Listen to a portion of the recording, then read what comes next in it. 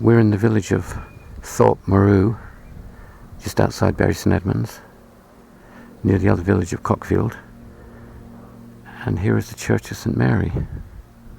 And oh, that's great. Look, the church is open. And look at this beautiful gate here. Lich gate, look. And what have we got here? This is wonderful, isn't it? It's very welcoming. William Guy Harrison, 1873-1905.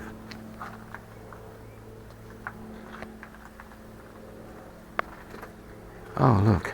Isn't that wonderful? Beautiful setting on a wonderful day with the sun shining. Oh, lovely headstones and a lovely churchyard.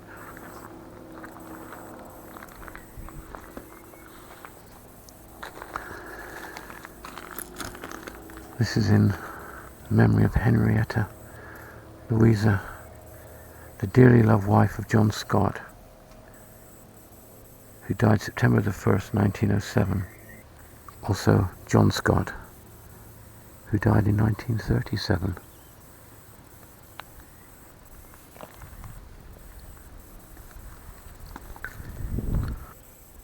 And we look at this beautiful churchyard here overlooking the slightly rolling Suffolk countryside with a blue sky and white clouds. Idyllic, isn't it? And with the headstones and flowers.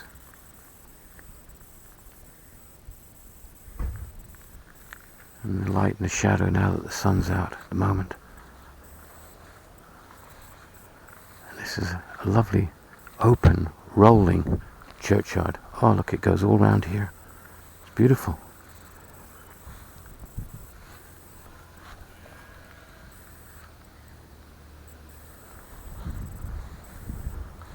The grass has been cut in places. It's very thoughtful. That's a lovely scene. Look at that. The sun, the reflection of the leaves on the grass, and the headstones, and the cross in the middle there. There's a bench. We'll go over and see what the church looks like sitting there. In loving memory of Robert Baker, died July 1936, age 73 years, and Julia Ann Baker, who died in 1946, age 81 years. Alright, it's a nice sort of typical design of the period. In loving memory of Harry Meekins, died April 1953, aged 69 years, and Florence A. Meekins, died October 1958, aged 77 years. This bench and a little watering can there, and there's a tap there for some water. I love to see that. It's really thoughtful. And here we've got donated to the parishioners by Mary Brox. Oh, so we'll sit down on this bench then. Oh dear, look at that. I don't know if you can feel the peace here, but this is peaceful. What a beautiful scene. Church. Birds singing. Sun. We've got sheep baaing in the background.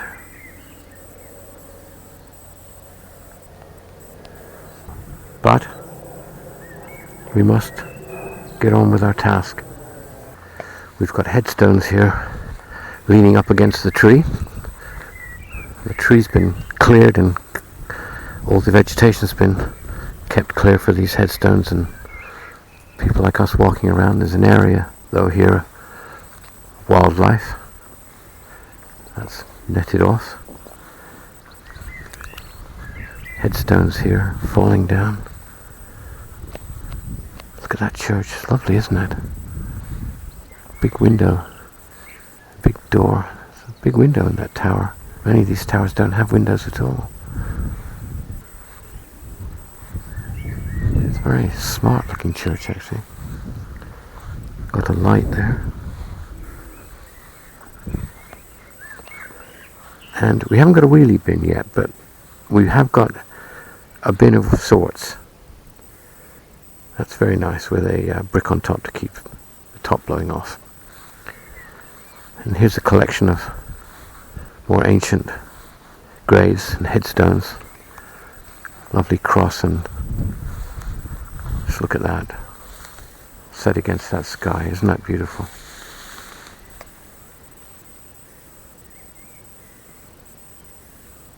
You can see the sheep in the background there. Look, what a setting. Constable would have loved to have painted a scene here, I think. This beautiful part of Suffolk. Well, we've got a busy side of the church here with little protrusions here coming out, little buttresses, I guess, and windows, door, and we've even got lights coming down here. The grass has been cut really nice, leaving swathes of wildlife. Sorry, I keep stopping here to take in the views, actually. Look at them. Fabulous. Fabulous. There's an area here which certainly has some history that they could tell us about. The bricks being added, and that looks like the remains of something. I have no idea what has happened here, obviously, but this bit's been added. It looks very much like an afterthought. There's a vast area here at the back of the church with very mature trees and a great swathe of wilderness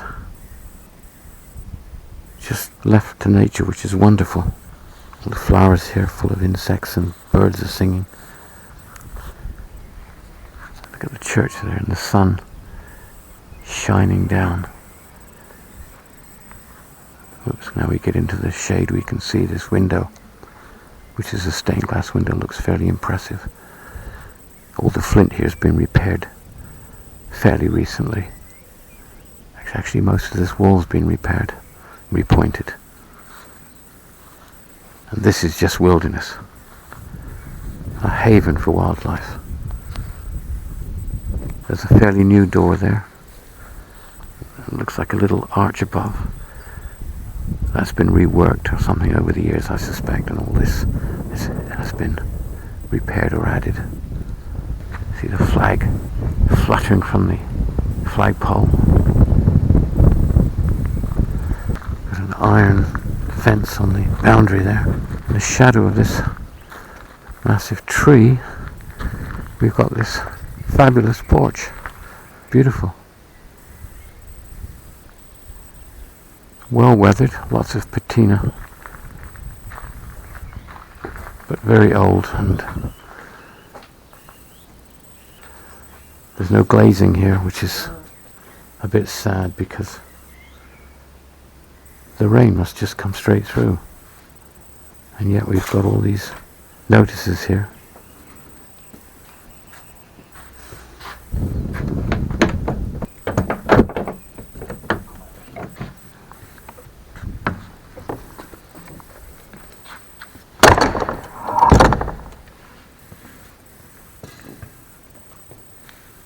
Well, this is different. We stand here at the door for a minute because we've got 3 steps to go down to the floor. This church is quite low. Big font in front of us, look at that. What a massive wooden crown on the top. But over there, look at the tower. I thought it was unusual, that window in the tower. The bell pulls. And that's light. But the church is dark because on that side we've got the small stained glass window and only 2 windows there, which are not that large. The organ, that's fantastic. We step down first to this black and red tiled floor. There's a whole separate area, it seems, at the back here. Got a load of pews here. It does look a bit lonely down here. There's a tiny stained glass window there. Doesn't let in much light, but the light is streaming in through that window at the back. Quite unusual. So here we've got Jane Tatchell Eldred Harrison, born August 2nd, 1800, died December 25th, 1879. So the Harrisons. Anne Harrison, born 1789 and died in 1863. And another Harrison, born 1785, died 1865.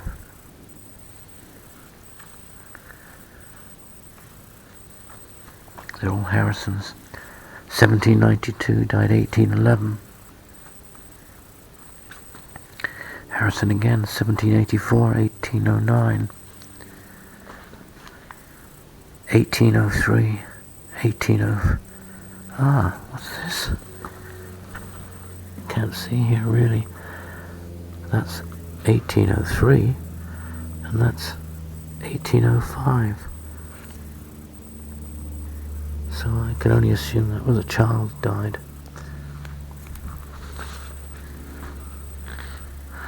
And here we got 1796, 1801. We stand here with our backs to the tower and look up. We're right underneath the arch here. We can see the light coming in through that window in the tower, and gradually the church gets darker as we look down it. And here we see the beautiful stained glass window at the end behind the altar, framed within that arch. That fabulous looking organ. That's just so different to anything we see in most of these little churches around here. So we'll just walk down. To say, this looks a very lonely little area down here. That small stained glass window there. Some memorials on the wall on that side. It's worth looking again, I think, at this font and the crown on the top. Isn't that fabulous? Look.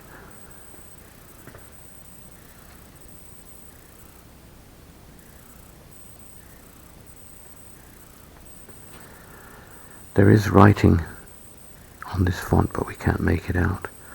But there is a date, 1915, on this crown.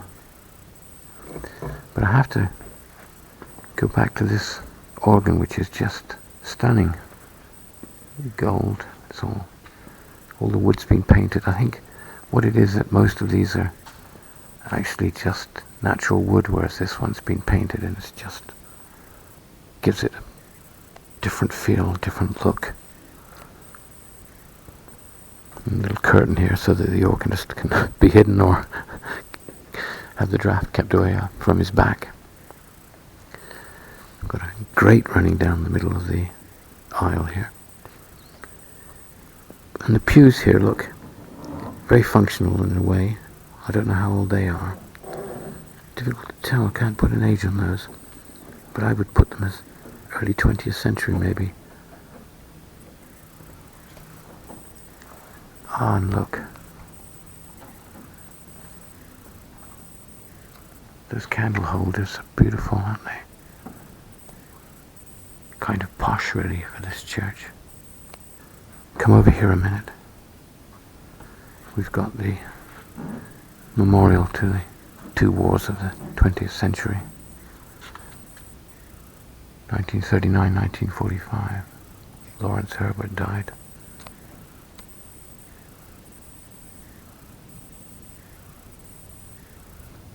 That's the 1914-18 war. And we've got, looks like candle holders.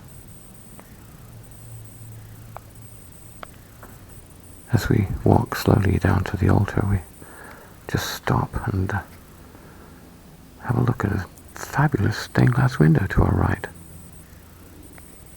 That's letting in a sort of red and yellow glow, which is beautiful. But this is a very well lit church from the big window at the back where the tower is. And this two pieces on the wall there, they're lovely.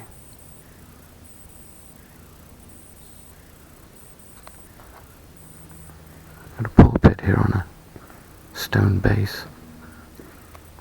Oh, and look at the flower arrangement.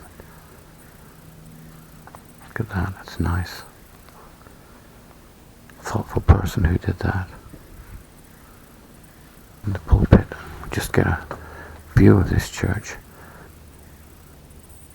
The blast of light coming down through that window.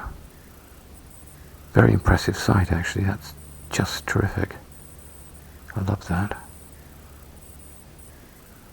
Before we step up into the area here, we've got, just have a look at these two. Well, they've got lights in them, bulbs in them now, but they just look nice, really. They just sort of fit the church, but the ceiling, this is the first thing that hits you here. It's massive and just finished off lovely there where it meets the wall. And a stained glass window. And 4 beautiful windows. Just everything about this is and it's wide. It's a big space. Lovely window. Little door to that extension. That wooden ceiling is fabulous. And here we have a massive memorial. Look at that.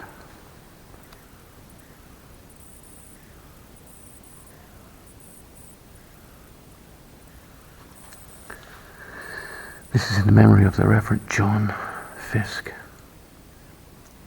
He was rector of this parish, and he died October, aged 72 years in 1761.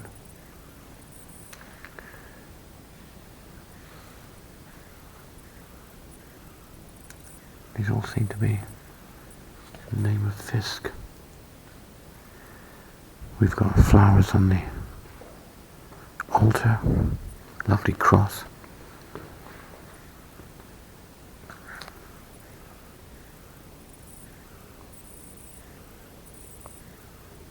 A beautiful stained glass window.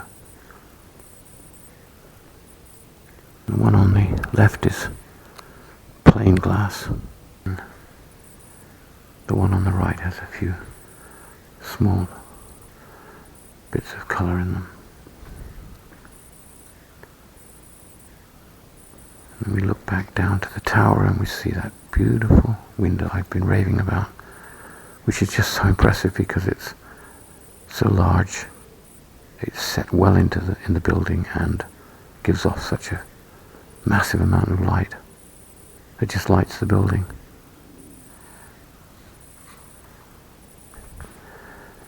There's yet another impressive memorial here on the left side as we go down. These are fabulous. We sort of feel quite relaxed here. This is a very relaxed church. It's a country church. A lovely country feel about it. Light. I feel quite happy in this church. Really nice. Little curtain here.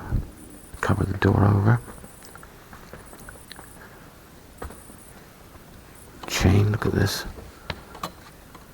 This is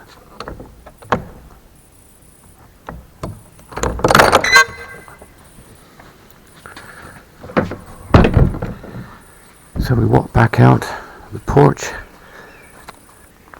into a slightly duller day. The sun has gone behind a cloud.